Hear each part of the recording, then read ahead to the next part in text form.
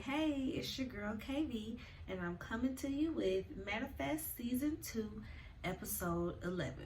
So, it has been a struggle to get through it, but that's just because I'm putting a lot of work in on the podcast, so I cannot wait to bring that to y'all in the new year, so stay tuned for that. But anyway, Episode 11. So the episode starts off and it's months later. Ben is talking to Michaela and he is just stuck on Adrian's words. False prophets return to perform signs and wonders. So between that and Cal's three shadows visions, it's consuming him. He's spooked and that's all he can think about. And then he finally kind of gets out of himself and it's like, oh snap, how's Zeke? Because you know Zeke is dying. His death date is approaching, so he has been freezing to death. So Michaela is just like, we doing what we can. Savi is treating the frostbite, but she can't, actually cure him. So we just counting down the days at this point. So we flip over to Zeke in his Narcotics Anonymous group. And he's talking, and it's the anniversary date of his sister passing, thus him going sober. So he's very consumed with that and feels like he has to forgive somebody to be able to move on. So, gonna see where that takes us. Next up, we've got like volume 2003 of Michaela being a bad cop. She's walking down the street and kid runs out of a convenience store and the guy's like, oh, he stole from me. She chases the kids down. Sure, lucky day, I'm a cop. And then chases him down. He was just like, oh, I just took a candy bar, that's all. So she lets him go. He gets on the bus, they go about his day. She goes down to the convenience store and is like, here's the candy bar he took. He's like, nah girl, he took a half a case of cold medicine. She like, what was he doing with some cold medicine? Like, and then she tells the guy, oh, that's what they used to cook meth with. So she done let the meth product courier go, and we gonna ask Jared that she needs him to come with her. Well, she tells Jared what happens, and he kind of, oh, okay, well, I'm coming with you. Because she can't tell Drea about her calling, so she need him to go with her. And Drea was like, that's just a loner. Like, don't get too comfortable. And it was funny because he seemed a bit like, but offended by it. He felt a bit offended by it. But Drea she wasn't going to let up. She's truly the girl everybody needs in that corner. Everybody needs them a Drea. She was like, okay, you going with him? Is he trying to get back at you? What's going on here? Are you cool with that? Okay, I'm cool with you cool. I'm just making sure that you cool. Okay, because I tell him to off and we can go on and solve these cases and go on by a day. She was like, nah, it's cool. He ain't on that, I don't think. But they go on about their day. Next we see the baby hollering. She might be having a calling. Who knows? She a baby. She can't tell us. And even if she could, she wouldn't know what's going on. So Grace sings her this little lullaby to calm her down. And she says it was a lullaby that she heard Cal singing. So it was just kind of like, okay, where this little lullaby done came from. And while this is happening, Ben gets a vision of a train. And he said it looked like the train was coming at him like he was about to die. So he was like, oh, that one was different. That vision was different. So, of course, that spooks him out. Cal and TJ have gone to get ice cream or smoothies or something. They went to go something. Go some little bonding activity. And he calls him family. And they just kind of have this cool little moment of, oh, we should all go back as a family because you can get all this, you can get all this. Like, yeah, we family. And while this is happening, TJ has a vision of a phoenix. And it's like a glass phoenix, a mosaic, a little, shattered glass look. And he's saying, oh, it was different. So everybody having these callings, and it was different. Zombie is treating Zeke, and they end up on this conversation. Zeke realizes he needs to forgive and let go so he can move on. But I mean, at this point, we like, who? Forgive who? Forgive yourself? Forgive somebody else? Who we forgiving?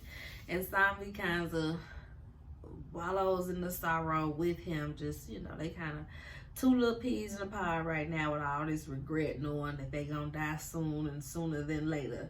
So that's going on. So they're looking for robbery clues.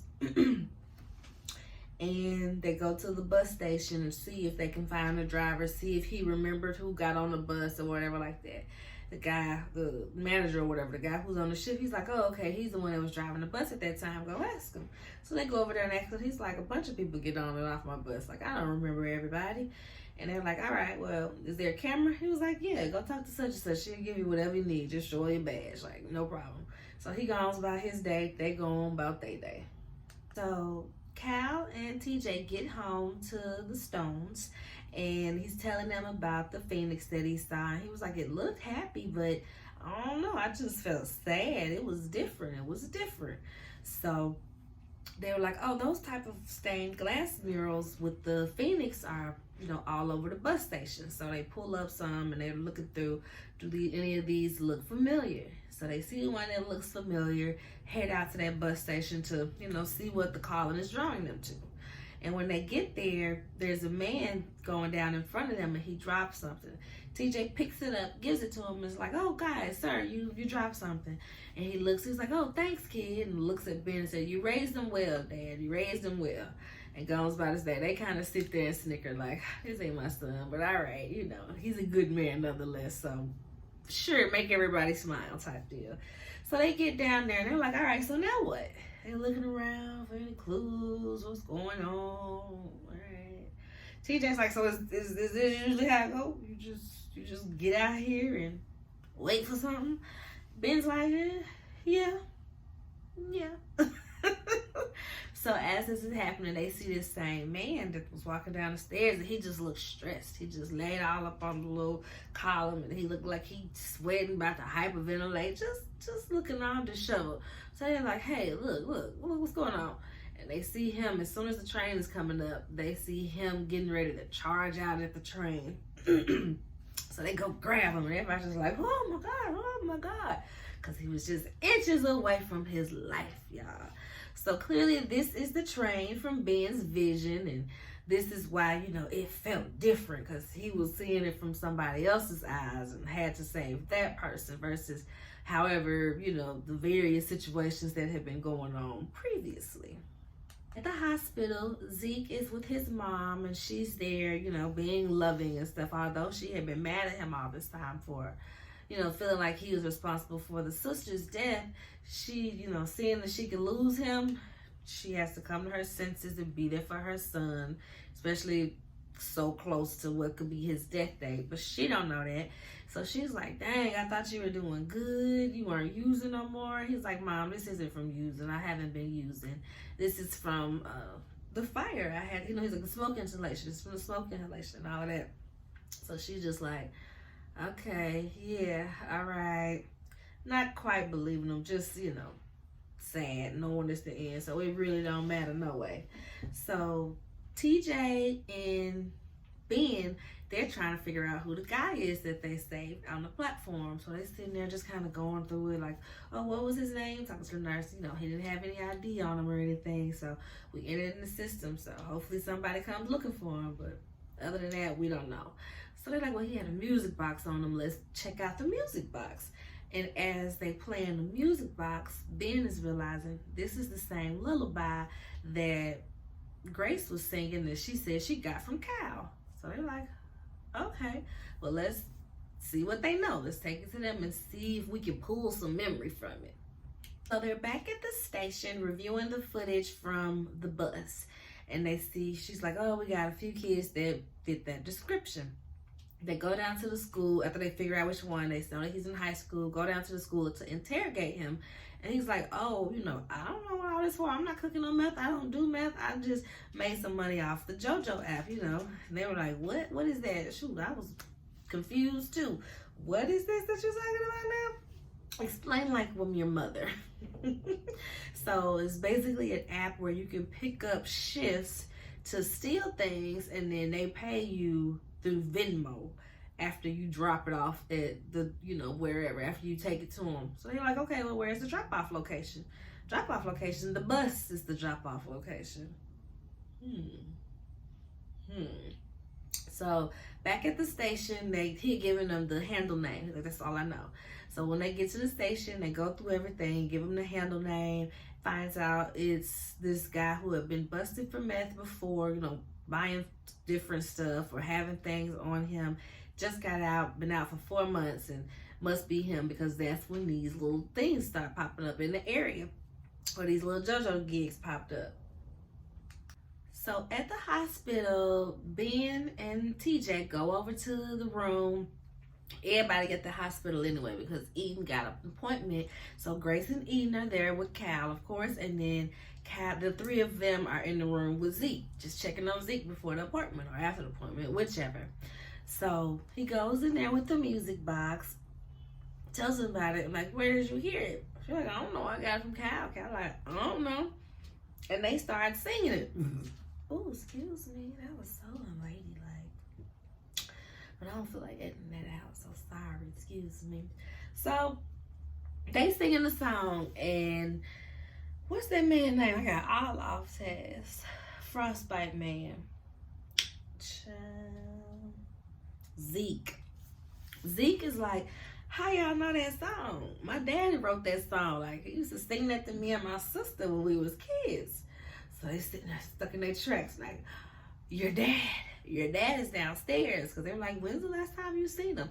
He took off after the sister passed away. So he's not trying to hear it. He don't want to see that man. And it's like, Zeke, this is who you got to forgive to live and release and have a better life for yourself, maybe. Do it for the fam. He don't want to do it.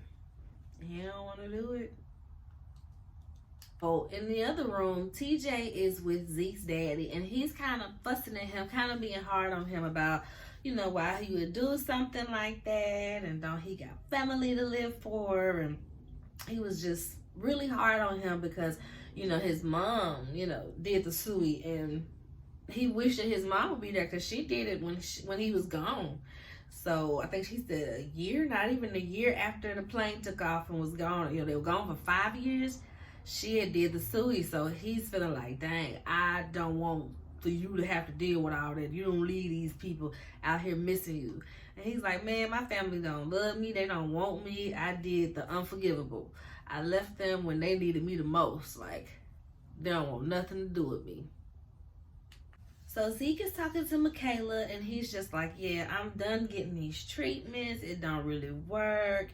It's just nothing to be doing. I got to be tied to this IV all day. I can't even live. My mama went over to the memorial for my sister, and I couldn't even go with her. And for what? So he want to live out his last days being happy, go lucky, spending time with her, not in the hospital trying to avoid the inevitable. Or trying to prevent the inevitable. So next we see Sanvi trying to get in her lab, and her key card won't work. Access has been revoked, honey. All hospital access has been revoked. So the guards come over there, and she's like, what's happening? Who did this? Who authorized this? So next, Michaela and Julio are out at the stakeout, just kind of seeing what's going on. And at the meth house where Jace, the Try 3, whatever the name was on the app, is linked to. And she thinks that he's trying to push up on her. He like, nah, I just want you as a friend. I realize ain't gonna be no us no more. So I'm not even trying for that. I just really want you as a friend in my life. So she like, that's cool. I want you as a friend as well. He's like, yeah, I even want to be friends with Zeke. He probably hates me, huh? Ha ha ha. Just kind of, laughing, trying to make light of the situation. And Michaela breaks down. He's like, whoa, what's going on, girl? And she tells him that Zeke is dying. She tells him about the whole thing about the death date. It happened with Griffin. It's happening with Zeke. It's going to happen with me too. And he's just kind of like, are you sure? That's crazy. How does that make sense? How does any of this make sense, dude? Like, any of this. So as this is going on, they see the bus driver that they saw at the station, who was driving the bus during the robbery. He's getting off at going into the meth house. So they go in there, it's a whole little setup back in the back, And when they get there, it's 3 meth addicts, 3 meth cookers, I guess, that's back there. And she arrests them, but she's getting this let him go calling while it's happening. So she's like, am I supposed to be letting him go? Or is this supposed to be about Zeke because he's dying? Like, she's all types of confused. So next, Ben and Grace are at the house, and Ben just, it's like, you know what? I be doing too much while all this is going on. If the death date is coming up, I need to spend as much time with my family as possible. So she's like, oh, no more late nights in the garage, trying to dig on your board. And he's like, nope, no more late nights. I'm going to lock up the room, and I'm going to put the family first, Lucius. Got to put the family first. So putting the family first, and pretty much Zeke is over there at Michaela saying the same thing. He wants to put her first and proposes to Michaela. They finna get married and be married for how long at this point? I mean, we know because it's been, forever since this actually aired, but you know.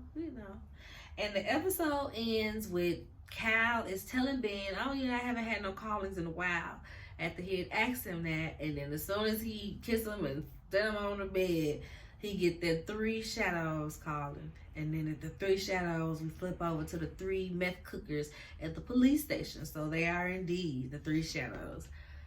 And like I said, this is the most exhausting storyline. So bear with me if I seem annoyed or bored with those ones when I get to it tomorrow. So I will finish off this season tomorrow, so that can be out the way, get started on season 3, season 4. Hopefully I can get those knocked out by the end of the year.